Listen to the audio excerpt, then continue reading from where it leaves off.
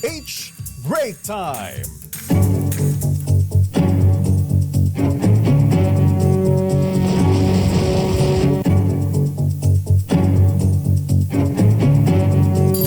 RH Break Time.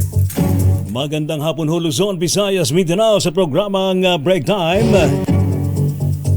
Inyong lingkod mga kaibigan, si Ray Sibayan sa ngalan po ni na Lakay Mayor Deo Macalma at Miss Thea Pecho Corbus sa ating pong headlines. RH Break Time. Oil price hike nakaumang po sa susunod na linggo. Higit piso ang posibleng taas presyo sa petrolyo. Inflation rate bumilis. Dito pong Agosto na itala sa 1.5%. Sanhi umano ng masungit na panahon. RH Break Time. DPWH officials, district at regional directors nagsumiti na ng kanilang courtesy resignation ay po mismo kay Secretary Dizon. Compound naman ng mga diskaya sa Pasig, muling sinugod ng militanteng grupo, kilos protesta, nagmistulang eksorsismo. RH Break Time. Philippine National Police nagbabala pagmarahas ang kilos protesta kontra korupsyon. Mga lalabag sa batas aarestuhin. RH Break Time. NBI handa raw pong harapin ng Senado sa aligasyong korupsyon. Akusasyon itinanggi ni Director Santiago. RH Break Time. 270 billion pesos daw po na pondo ng flood control projects. Binalaan po sa Senado na buburahin sa 2026 national budget pag hindi naayos ng DPWH. RH Break Time. Isa namang lalaking gustong magpakamatay sa pagtalon sa ibabaw ng tunnel sa Quezon City nasagip. RH Break Time.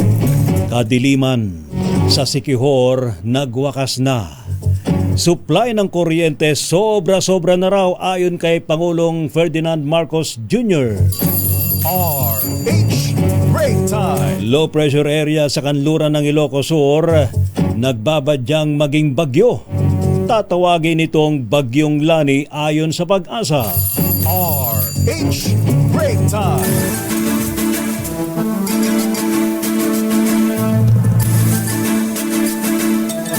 Sa di po mga balita, katamdaman po ang tsansa na maging bagyo ang low pressure area LPA na namataan sa bahagi ng Ilocos Sur. Ayon po sa Pag-asa, namataan ng LPA sa layong 85 kilometro, kanluran timog kanluran ng bayan po ng Sinait. Sakaling maging tropical cyclone, ito raw po ay tatawagin sa pangalang Lani. Bate po sa pagtaya ng Pag-asa, may medium potential na mag-develop ito bilang bagyo sa loob ng susunod na 24 oras. Magandang hapon sa iyo, Miss Thea. Magandang hapon, Lakay Ray. At ihanda na nga ang mga bulsa. Iyan na, ayan ang tunay na bagyo. Dahil nakaamba na naman sa susunod na linggo ang ikalawang oil price hike ngayong buwan ng Setyembre. Ayon sa Department of Energy Oil Industry Management Bureau, humigit kumulang piso ang posibleng dagdag sa kada litro ng gasolina at piso 40 sentimo naman sa kada litro ng diesel. Ang saklap. Posible namang hindi bababa o tataas sa 80 sentimos ang presyo sa kada litro ng kerosene kabilang umano sa nakaapekto ang ipinataw na sanksyon ng US sa Iran at tumitinding airstrike sa pagitan ng Russia at Ukraine. Papainom tuloy ako ng kape. Bakit? Break na tayo, kape tayo. Kinakabahan ka na. Kasi hindi pa naman Pecho de Peligro next week. Pecho de Peligro na daw. Kinakabahan na ako. Sana naman lang magawan naman ng paraan ng DOE na mapigilan ng ganitong sunod-sunod na pagtaas sa presyo ng petrolyo. Sabi kasi nga nila, ang latay nito, pagtaas sa presyo ng mga bilihin at serbisyo. Sabi nga nila, lahat ng bagay may paraan. Pero kung ayaw, napakaraming dahilan. And speaking of pagtaas sa presyo ng mga bilihin, eto na.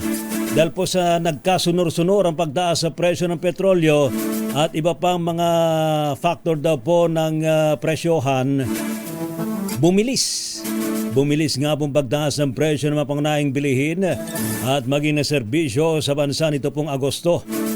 Ayon po sa PSA, ang pagbilis ng inflation ay epekto daw po ng, Totoo ba ito? Sinasabi yung pagtaas daw o mabilis na pagtaas sa presyo ng mga bilihin ay epekto daw ng masungit na kalagayan ng panahon. Kala ko yung masungit na mga mamimili at masungit na nga mga itsura natin eh. Diyos mio, sinisi pa tuloy yung ating weather, Nito raw ho nakalipas na buwan. Mula 0.9% nitong Hulyo na itala sa 1.5% ang inflation rate nito pong buwan ng Agosto. Gayon pa man, ang naturang rate daw po ay mas mabagal kumpara sa 3.3% noong August 2024. Naliwanag po ni PSA Chief at National Statistician Claire Dennis Mapa na bumibilis daw po ang pagtaas ng presyo ng basic commodities sa tuwing masungit ang mukha-mukha. Masungit ang kalagayan ng panahon. Sa tuwing masungit si Mrs. At apektado ang mga lugar na pinanggagalingan ng agricultural products tulad daw ho ng gulay. Kayo naman kung anong sinisisi ninyo eh. Mapagbuntunan ba?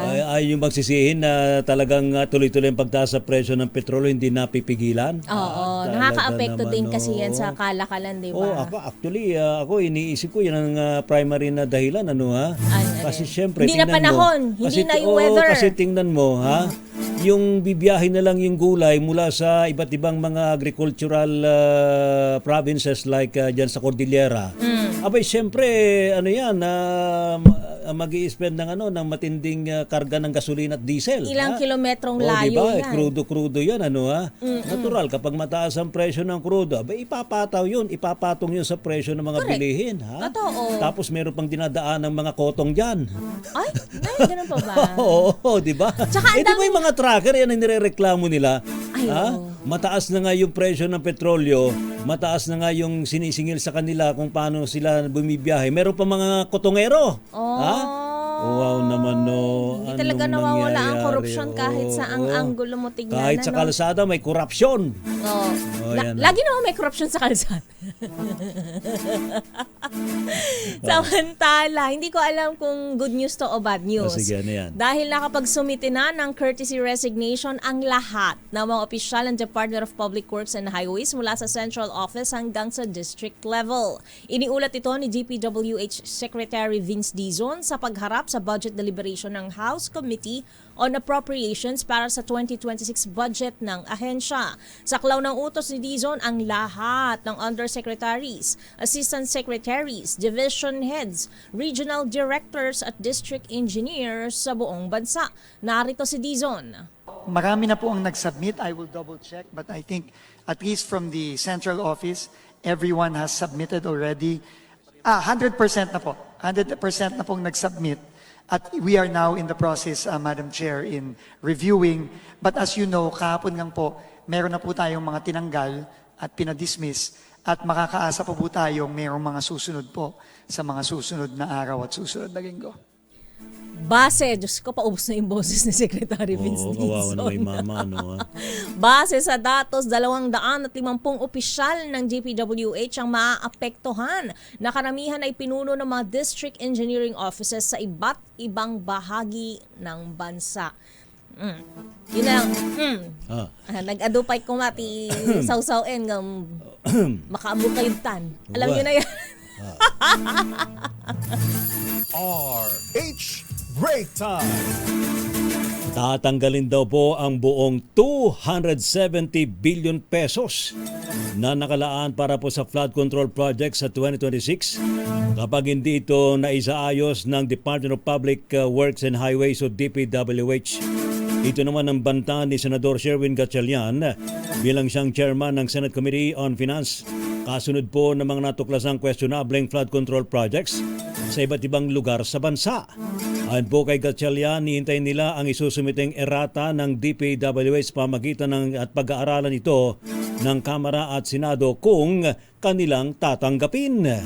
Sa kasalukuyang forma ng budget ay hindi maaring aprubahan dahil naman sa napakarami daw pong red flag at tiyak na mauulit ang katiwalian. Inegpa ni Gatchalian sa larangan edukasyon nila gustong dalhin ang pondo para makamit ang 4% GDP. Samantala, handang humarap sa budget deliberation ng Department of Public Works and Highways si Secretary Vince Dizon. Ngunit, sinabi ni Dizon na hihingi muna siya ng panahon sa Kamara para marepaso ang budget ng DPWH dahil kakatalaga pa lang sa kanya bilang bagong kalihim. Ayon kay Dizon, sasabihin niya sa hearing ngayon ng House Committee on Appropriations ang mga direktiba sa kanya ni Pangulong Ferdinand Marcos Jr. matapos ma-appoint sa pwesto. Narito si Dizon. Ang mensahe ko po sa ating mga mahal na kongresista ay unang-una, inutusan na po ako ng ating Pangulo na repasuhin at kung kinakailangan baguhin ang buong budget ng DPWH.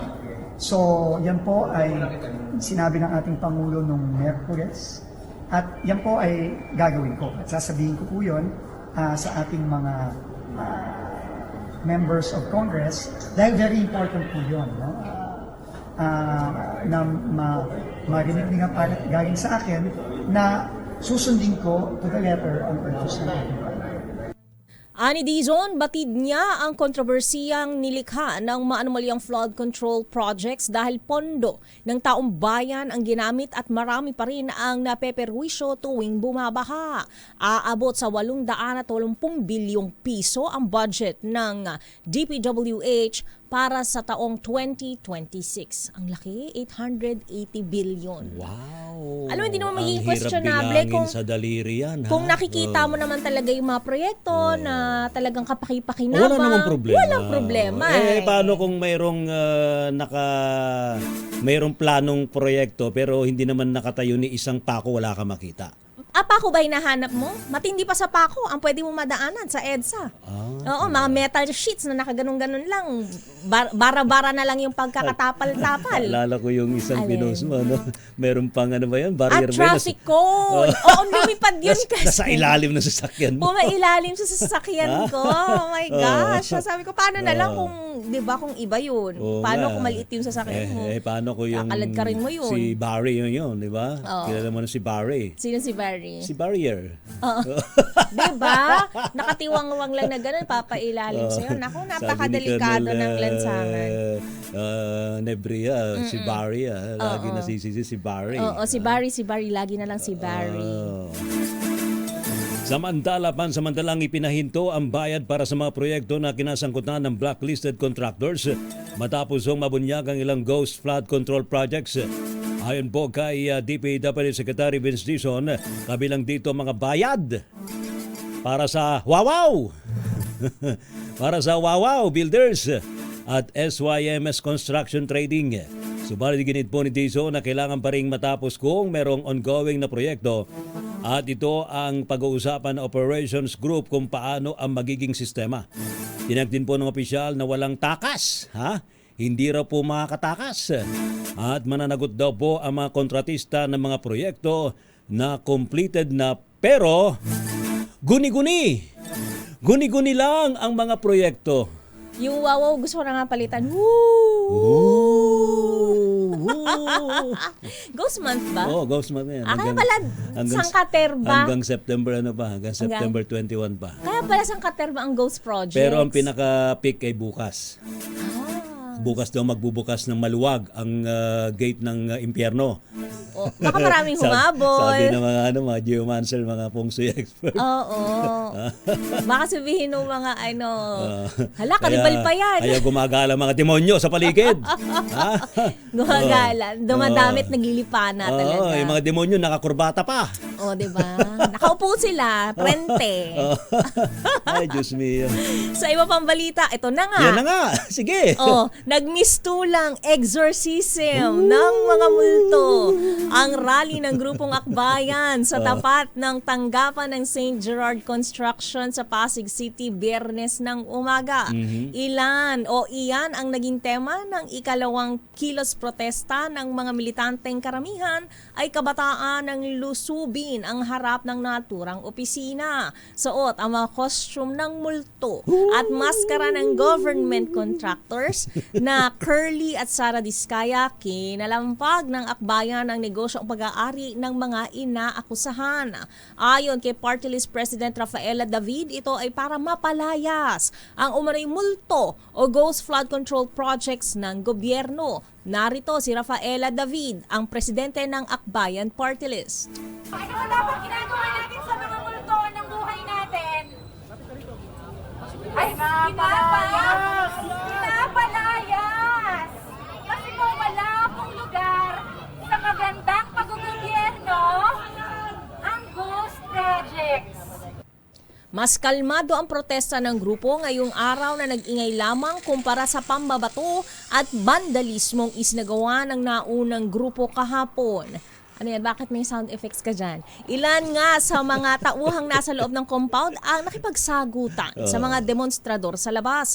Sabi ni Pasig Police Chief Police Colonel Hendrix Mangaldan, naging mapayapa naman. Ang panibagong protesta gayunman naglagay na ng mga karagdagang tauhan sa lugar upang panatilihin ang kaligtasan ng parehong partido. Narito si Police Colonel Mangaldan, ang Pasig Chief of Police ng Pasig. Let us maintain, of course, our maximum tolerance. Nakikita naman po natin na itong issue na to ay being already tried, heard by our Senate and our Congress. At wag na po natin dagdagan yung mga possible na situations na pwedeng mag-escalate. Oh. Baka so ang susunod kung kahapon nag-vandalize, today naman, multo-multo. Ano kaya, baka bukas sindi ng insenso? Insenso, saka Ano ba? may dala-dala ng mga krus. Mag-exorcismo. Gano'n. Pero tandaan natin hindi lang isang kalaban natin, napakarami niyan. Kasi kung isa lang yan, Kaya lang mahina ang problema, yan. kahit ano pang gawin mong krus, Oo. kung gano'n talaga yung kanilang iniisip, mangurakot, no, sino man, ha? Oh, diba? Oh. Diba? Kung nag-iisip ka talaga ng kasamaan laban sa iyong kapwa. Pero naniwala naman ako na hindi laging kadiliman ang magwawagi. Oo naman. Naiwawaksi ang mga masasamang bagay. Lalo na ngayong panahong ito, itong taon na to. Totoo yung binabanggit ng mga feng shui Itong taon na to talaga daw singilan to Singilan? Labasan ng mga karma. Payback time. Oo, epekto ng karma yan. Talaga ba? So kung meron kang ginawang masama sa iyong kapwa, ngayon ang panahon ngayon na. ng pagbabayad. Ayan. Naku po, tatang. RH Break Time. Standby pa rin po si papang mga balita mga kaibigan sa programang Break Time. Minus sila kay Mayor Deo Macalma. Anyo pa rin po mga lingkod, sina Ray Sibayan. Ako po, Thea Petro Para sa Corpus. DZRH, una sa Pilipinas. Una sa Pilipino. Pilipinas ang oras, alas 4. Oras, Miss Thea. Ganap ng alas 4:40 ng hapon. At bago tayo magpatuloy sa ating mga balita, heto muna tayo. Mamimigay muna tayo ng limpak Napak. na 1,000 piso. Oh, diba? Yan, ha? Abay, ngayon pa lang ay congratulations kay Winifreda Salvan. Siya'y panalo na. Kahit di pa nasasagot yung tanong natin. Aba, agad-agad naman, diba? napaka-generous. Agad kasi ang sagot, DCRH Pati coaching. Ayoko nang may coaching. Bakit ka nagko-coaching? No coaching. Style ko yun. Ikaw na magtanong, Miss Thea. Dahil nag-coaching si RS, Winifreda Salvan. Tigasan si Winifreda Salvan. Bacoor, Cavite po. Ay, si Madam. Kumusta na po kayo dyan sa Bacoor, Si Cavite? Madam ho? Winnie. Tama ba, Winnie? Pwede rin pong Winnie, pwede rin pong Rida. Rida. Rida. Ayan. Madam Rida ng Bacoor. Saan po kayo sa Bacoor? Saan po kayo dyan? Sa Soldiers Hills 4. Soldiers Hills. Hills 4. Wow. Ano pong sasakyan ninyo ang pinadikitan ninyo ng DZRH sticker? Honda Why? Honda. City. Honda City. At kayo po ang nagmamaneho, Madam Prida? Opo. Ay, hindi po. Ay, Yung Ay, hindi. husband. Ay, yung husband po ninyo. Matanong ko na po kayo. Sige. Ito na po yung tanong ho ni Miss Thea. Yaman rin lamang at tayo na po ang dalawang nag-uusap ngayon. Nakapanayam na po namin kayo. Ano pong himpilan ng radyo ang madalas niyo pinakikinggan sa inyong Honda City? Sagot! Dito po sa bahay kasi pagkasa. Bahay pala. Sa bahay po kami lagi, araw-araw. Opo. Simula kay 2x2. Opo. Ayun, bahay pala. Oo. Bahay, sasakyan. Kahit saan naman po, basta nakaon ang Basta inyong, nakaon. anumang Oo, klase diba? ng radyo Oo, meron correct, kayo. correct. Marami Oo. pong salamat sa inyong pagtutok. Dahil Congrats, po dyan, ma'am. congratulations. Panalo po kayo ng 1,000 piso. Antayin nyo lamang po ang instructions ni Win na Pearl. Yung Oo. ano, parehong win, no? Win na Pearl. Oo, Win na oo, Pearl. oo. Ang Ayan. perlas ng silangan ay perlas ng ano pala? Ang perlas ng radyo. Yan, Ayan na si oo. Wina. Maraming salamat, Madam Prida Salvan ng Bacoor. Congratulations, Oo. ma'am. Wala Si akong Winnie. Gcash. Opo, Kalmahan mo lang, Madam. Si Wina Pearl na po ang bahala Opo. sa'yo. Sasabihin ko sa inyo. Salamat po and congratulations, ma'am. Si Ma'am Winifreda Salvan ng Bacoor, Cavite. RH Break Time. Pero bago tayo magpatuloy sa yes. magbigay ng report, hindi na ako magpapatumpik-tumpik pa dahil may pabilin. May pabili. Si Lakay. Sino? Anya ko na na Anya ni ko na Lakay. naka. Lakay Mayor. Wan, igrit tayo, dagitoy, Wow. tattao. Happy Oh. 50th anniversary ka now. Kanino? Happy 50th Sino wedding nga eh? anniversary kay Kuyang Freddy and Tessie Martinez ng Tumawini Isabela. Oy, naimbang nga malamapaw. Mapanakta Isabela. Yan, Saan congrats. Saan yung Tumawini anniversary. kaya? And happy birthday kay Noble Boying Contrevida, si General Odi Japana, Ayun. Brother Happy birthday Attorney po. Vincent Bartolome, Happy, JDD, happy Dr. Justin birthday. Camayo, Mayor General Sa'yo ang Elmer pagkain, Sorian ng San sa'yo ang Marcelino, inumin. Zambales, sa inyo pong lahat Happy, na mag-celebrate ng happy inyong birthday. kaarawan. Sana'y mabusog nyo kami. Sana nga po ay mabusog nyo kami. Ayan na. Happy Kompleto birthday na. po and happy Kompleto wedding na ho yan. anniversary sa lahat po ng magse-celebrate ng kanilang wedding anniversary. Dapat kansyon na po. Ang kansyon. Kanta. Oh, Ay, sagsublikan niya barangay. Ay, ang nalipatan sorry, na. limited edition. Nalipatan na, Uy, napo. Tsaka may maawatan na kita nagduma nga sarita. RH Break Time. Dumako na po tayo mga kaibigan sa ating mga report. Meron po tayong update mula po sa Malacanang, ilang kasunduan. Lalagdaan daw po sa state visit ni Pangulong BBM dyan po sa bansang Cambodia. Report mula kay RH14, Let Narciso, Miss Let. Ray, Miss Thea, tatlong kasunduan ang inisyal na inaasahang pipirmahan ng Pilipinas at Cambodia sa nakatakdang state visit ni Pangulong Ferdinand Marcos Jr. sa susunod na linggo. Sa pre-departure briefing sa Malacanang, sinabi ni Department of Foreign Affairs spokesperson Angelica Escalona na kabilang sa mga lalagdaang kasunduan ang may kinalaman sa paglaban sa transnational crimes, higher education at aviation services. Ayon sa DFA, nakaangkla ang pagbisita ng Pangulo sa pagpapalakas ng relasyon ng dalawang bansa sa larangan ng kalakalan at ekonomiya, pagpapatatag ng kooperasyon laban sa transnational crimes at paghiling ng suporta sa nakatakdang ASEAN Summit Chairmanship ng bansa sa 2026. Narito si spokesperson Angelica Escalona ng DFA. The visit is expected to result in agreements and initiatives that will expand cooperation and bring tangible benefits to both Filipinos and Cambodians. It will further affirm the Philippines' dedication to advancing its bilateral interests and connectivity with Cambodia. Nakakasama ni Pangulong Marcos sa state visit sa Cambodia sina First Lady Liza Renata Marcos, DFA Secretary Maria Teresa Lazaro, Agriculture Secretary Francisco Chu Laurel Jr., Trade Secretary Cristina Roque, DMW Secretary Hans Leo Kaptak, CHED Chairperson Shirley Agrupis at PCO Secretary Dave Gomez.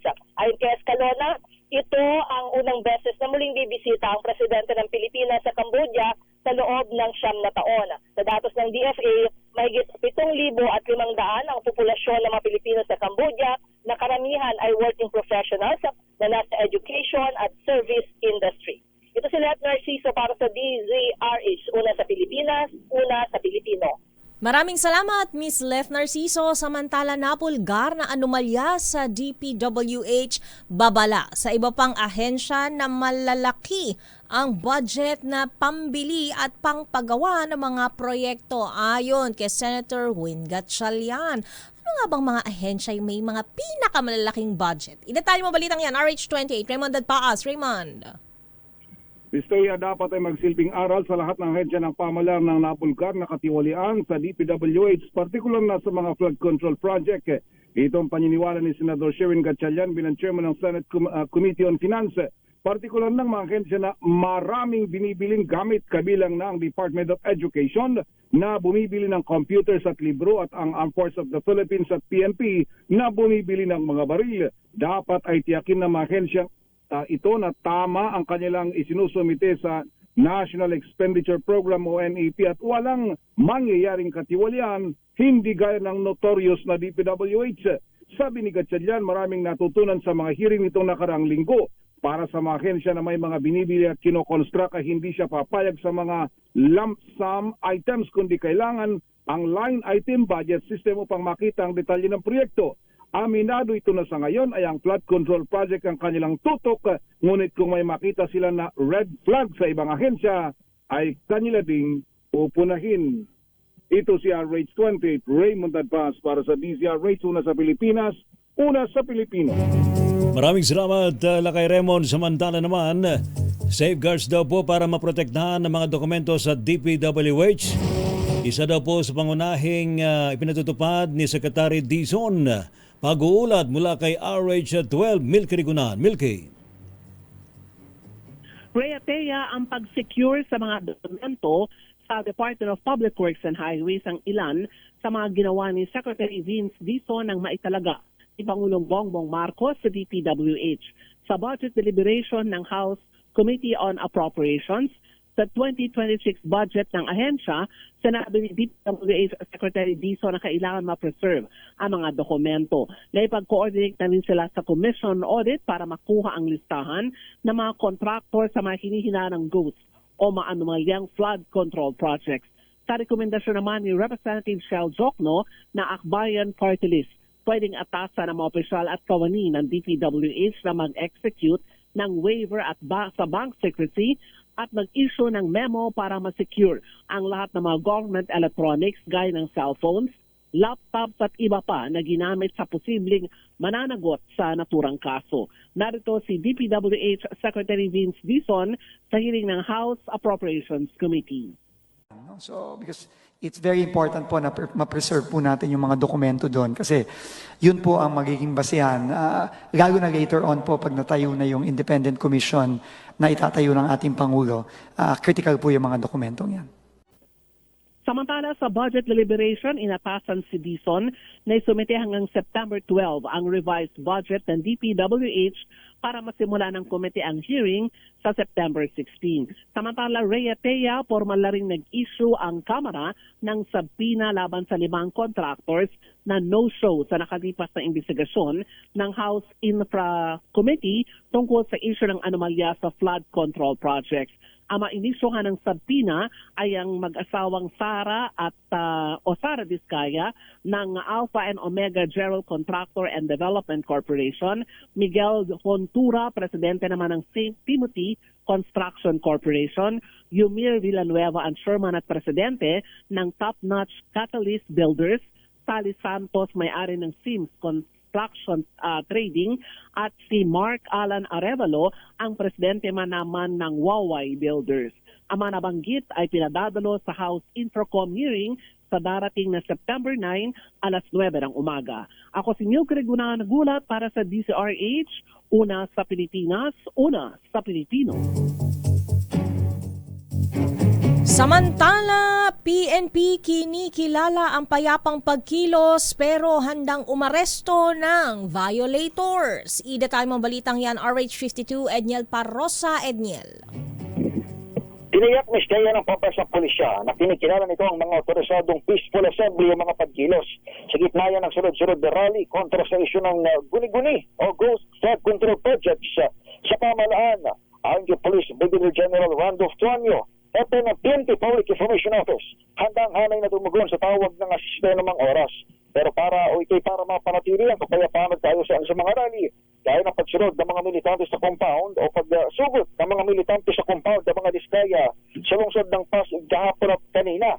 Gayunman, babala na Tuanyo, handa rin silang umaresto ng mga lalabag sa batas habang nagsasagawa ng demonstrasyon. Ginawa ng Chief Publicist ng PNP ang pahayag ang pagbabatuhin ng putik at pagtik pininturahan pa ang ilang individual, private property ng St. Gerard Corporation. Sa iwalay na panayam ng DZOH kaninang umaga sa legal counsel ng mga Diskaya si Atty. Cornelio Samaniego, sinabi niyang posibleng maghain ng hiwalay na kaso ang pulisya bukod pa sa pinag-aaralan na criminal complaint na manisus mischief at araming skandala. Pero nang tanongin si Pasig Police Chief, Police Colonel Hendrix Mangaldan, kanya lamang binanggit na asiste ang PNP sakaling magsampa ng reklamo. Government contractors. Ito sa Edgar Parrosa, nag-uulat para sa DZOH. Una sa Pilipinas. Una sa Pilipino. RH Break Time. Thank you. Salamat, Daniel Parosa. Samantala naman, BOC Clark Pidea, inaresto daw po ang consignee ng 75 million pesos na halaga ng shabu na itinago sa chiller. Siyempre, you have to keep it fresh. So, yan. Okay yung comment mo. Kasi chiller Chiller. Para diba? chill na Ibang chill pa. klase. Oo. Ating alamin, napapanis din ba yan? Baka. Baka mapangit yung quality. Oo nga, di ba? Baka mababa yung maging low grade, yung high grade. Oo, ano? diba? Ating alamin sa report ni RH29, Boy Gonzales. Boy G!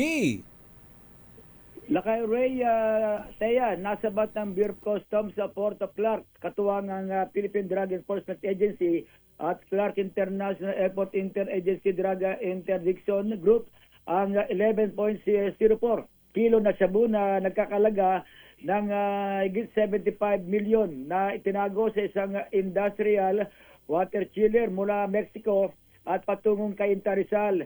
Bate sa ulat na dumating ang kargamento noong August 26, 2025 at agad isinilalim sa X-ray scanning at K9 inspection matapos makatanggap ng impormasyon mula sa PDEA.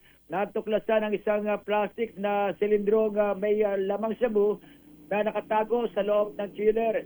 Dalawang lalaki, edad na 52 at 54, ang inaresto matapos sa subukang kunin ang padala sa bodega. Kasalukuyan sila nga nasa custody ng PDEA Region 3 at naharap sa kasong paglabag sa RA 9165 o Comprehensive Dangerous Drug Act. Sinabi naman ni Customs Commissioner Ariel Nepomuceno na nanatiling mataas ang alerto ng BOC laban sa illegal na droga at manatiling maigpit ang pagbabantay upang hindi makapasok sa bansa ang mga illegal drugs. Ito si Boy Gonzales para sa Arizona sa Pilipinas, una sa Pilipino. Samantala, Japanese national na sinasabing member ng Luffy Syndicate arestado sa Angeles City, Pampanga. Idetalye mo balitang yan, RH27 Noche Kakas Noche. Yay! Apay, putol. Balikan lang natin siguro mamaya si Noche Kakas. Babalikan ka namin promise yan. RH Break Time. Samantala, handa namang umasiste ang pulisya sa pamilya Diskaya sa paghaharap ng reklamo laban sa mga rallyista na nagbato daw po ng putik at nag-vandalize sa St. Gerard Construction Compound sa Pasig. Ayon po kay Police Colonel Hendrix Mangaldan, hepe ng Pasig City Police, inaayos na lamang ng kampo ng government contractors sa mga papeles para sa ihahablang reklamo. Iginit po ni Mangaldan, iiral pa rin daw ang maximum tolerance habang bantay sarado ng halos 100 tauhan ng Pasig PNP ang compound ng mga Diskaya. Accordingly, inaayos pa nila yung mga kanilang mga statements and we will be assisting them in filing the case. Huwag nang gumawa ng mga extraordinary na hindi naman dapat kailangan. So as we can see, nakita naman natin kanina dito, pwede naman tayong magpahayag ng ating mga damdamin in a peaceful way. Yan po mga kaibigan, si Colonel Hendrix Mangaldan ng Pasig City Police.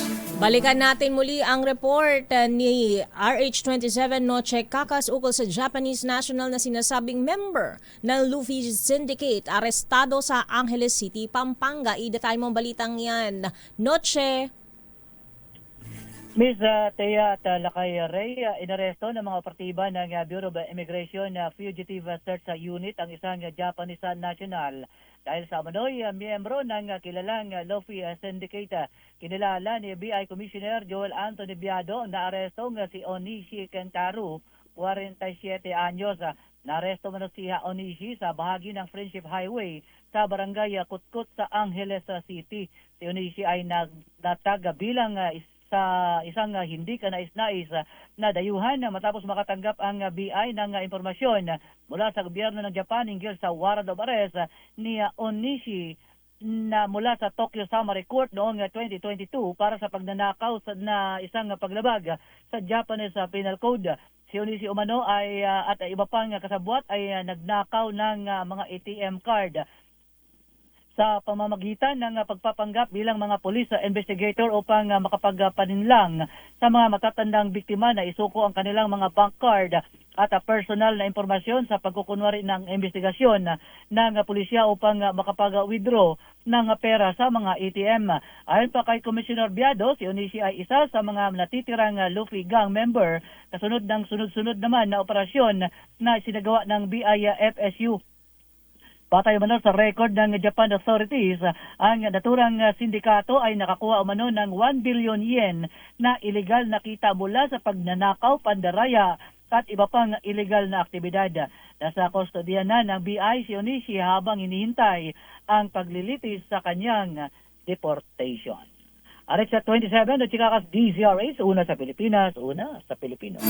RH Break Time. Maraming salamat, Noche. Samantala, dinipensahan ni Attorney Cornelio Samaniego III, Legal Counsel ng Pamilya Diskaya, ang naging puna ni First Lady Liza Araneta Marcos at Palace Press Officer Claire Castro na naging reconstruction of Philippine Film Heritage Building sa Intramuros, Maynila. Sa panayam sa damdaming bayan, nilinaw ni Samaniego na natapos na ng Great Pacific Builder construction ng Phase 1 at tinatapos na lamang ang Phase 2 ng construction na natanggap nila ang permit nitong Enero. Gayunman, nagkaroon ng mga revision sa pagtatayo at kumuha ng ibang mga trabahador na siyang nadatnan sa pag-inspeksyon ni First Lady at Yusek Castro. Narito ang pahayag ni Attorney Samaniego. Ang gumagawa po ay ang Chatterbox Solution and Services Corporation. Hindi po kami ang nag-hire na Sir Teo. So, liliwanagin ko lang po, yung nakita po doon na gumagawa sa Cinematheque, na supposed to be, yun po yung magiging room gagamiting kwarto ni Jose Javier Reyes, Joey Javier Reyes, yun po yung ginagawa ng Chatterbox Solutions and Services Corporation. Hindi po Great Pacific Builders po.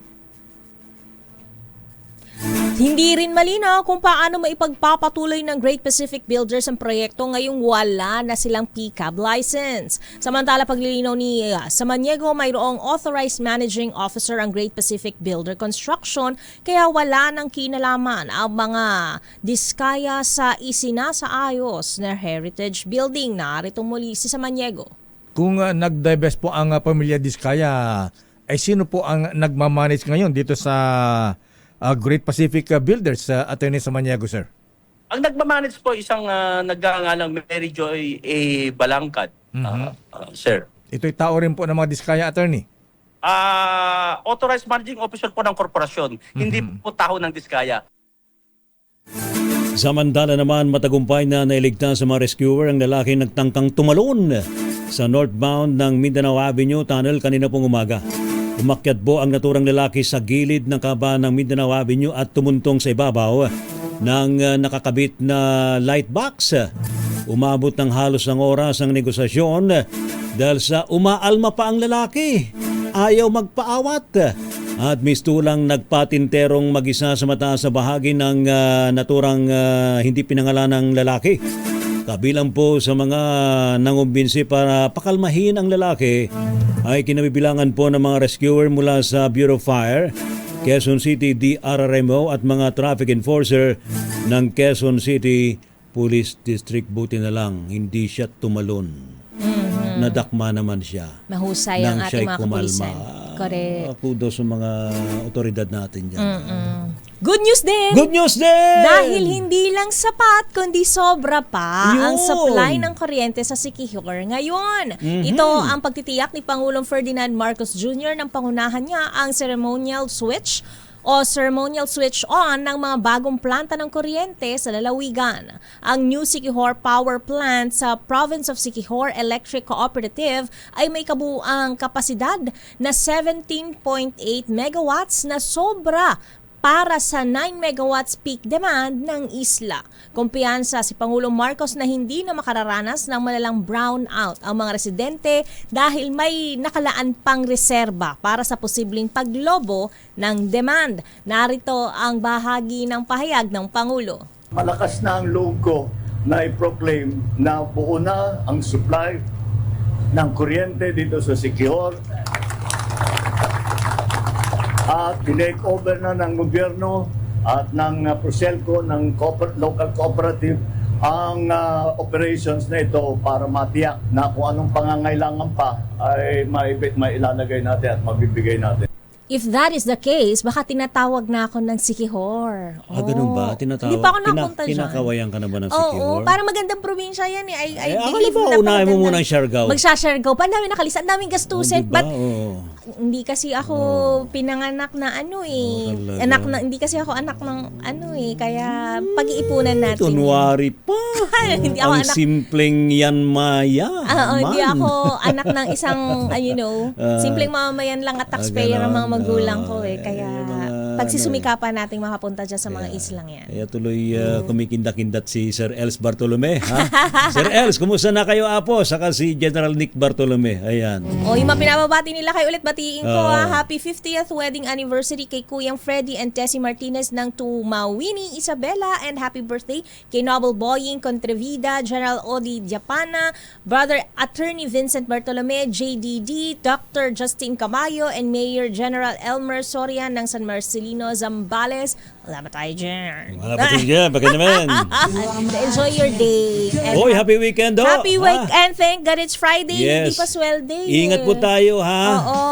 Abay yung mga bibiyahe, abay ingat lang po sa inyong mga biyahe. Yan, Uy, alam mo ba? Very din. 111 days. 111. Wow. Before Christmas. Wow naman. Ang galing-galing mo naman magbilang ha. 111 days Pasko na. Ang bilis-bilis ng panahon. Basta pumatak na ang buwan ng Ber, September, Pasko na sa Pilipinas. Kaya sana pamasko na sa atin na maresolba na ang korupsyon. Kaya tuloy may sumisilip na ganun. Anya ko na napasin. Wala, di ko makachempuan. Hoy, salamat do sa matumutok po sa ating balitan mga kaibigan sa programang Break Time. Inyo pa rin po mga lingkod, sina Ray Sibayan. Thea Petro Carpuz. Para sa DCRH, una sa Pilipinas. Una sa Pilipino, nakatutok din, Elise Daniel. Hi, Elise. Pilipinas ang oras, alas 5:04. This time check is brought to you.